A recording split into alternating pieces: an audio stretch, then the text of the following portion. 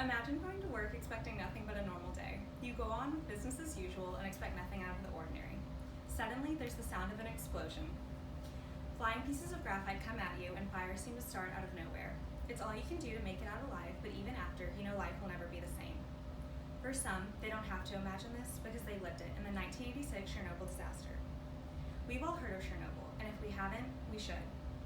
Living less than an hour and a half away from Arkansas Nuclear One, is it really so far-fetched an idea that a similar situation could happen to our community? Being as close as we are to a nuclear plant, it's vital that we educate ourselves not only about nuclear energy, but the mistakes that cause disasters. Today, I hope to educate you on the impact of the Chernobyl disaster by examining the events leading up to it, the immediate impact, and the long-term effect. In the early 1970s, Russian officials worked to create a new nuclear design. Soviet scientists developed a unique design called the RBMK design. Though complex, I'll try to summarize its main points. Enriched uranium pellets are packed into tubes to form 18 fuel rods, 2 of which are connected to pressure tubes.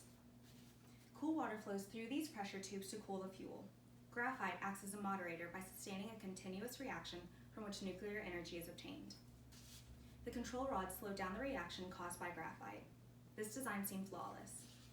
And though unexpected then, we can now see the series of mistakes that set the stage for disaster. According to History Channel, on April 25, 1986, operators began reducing power at reactor number 4 in preparation for a safety test. This test was meant to determine if in the event of a power outage, could the plant still run until the generators kicked on. At 2 p.m., the cooling system is turned off for the test. At 11:10 p.m., operators received permission to continue with the test and shut down. By this time, the night shift had come in. It is reported that they were not properly trained for this test.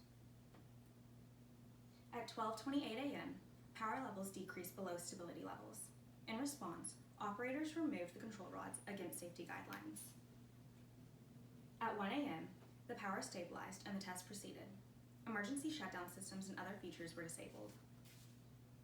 When the power stabilized, it seemed that everything was all right, but it was only the calm before the storm. At 1:23 a.m., the test officially began, and an unexpected power surge occurred. An operator triggers the emergency shutdown system, but the control rods jammed. The first explosion, followed by at least one more, occurred seconds later. As radiation and graphite chunks spill out, a blackout occurred, buildings collapsed, and fires began. In the following days, Soviet officials began damage control. The Nuclear Energy Institute reports that roughly 115,000 people were evacuated from nearby villages. They were told this would be temporary, but soon an exclusion zone was set up, preventing access for years. Over 800,000 workers were brought in to try and clean up the contaminated areas, and liquid nitrogen was pumped underneath the reactor in an attempt to cool the fire. In the days and weeks following Chernobyl, many lives were lost, but there was a lot of confusion over how many. The World Nuclear Association reports that anywhere from 2 to 50 people died from the initial explosion. Another 30 operators and firemen died in the following 3 months. Acute radiation syndrome was diagnosed and confirmed in 134 people after the accident. Of these 134, 28 died in the following weeks and 19 more in the following years. Additionally, a significant number of thyroid cancers have been diagnosed in patients who were children at the time of the accident. In the long term, Chernobyl resulted in many permanent changes.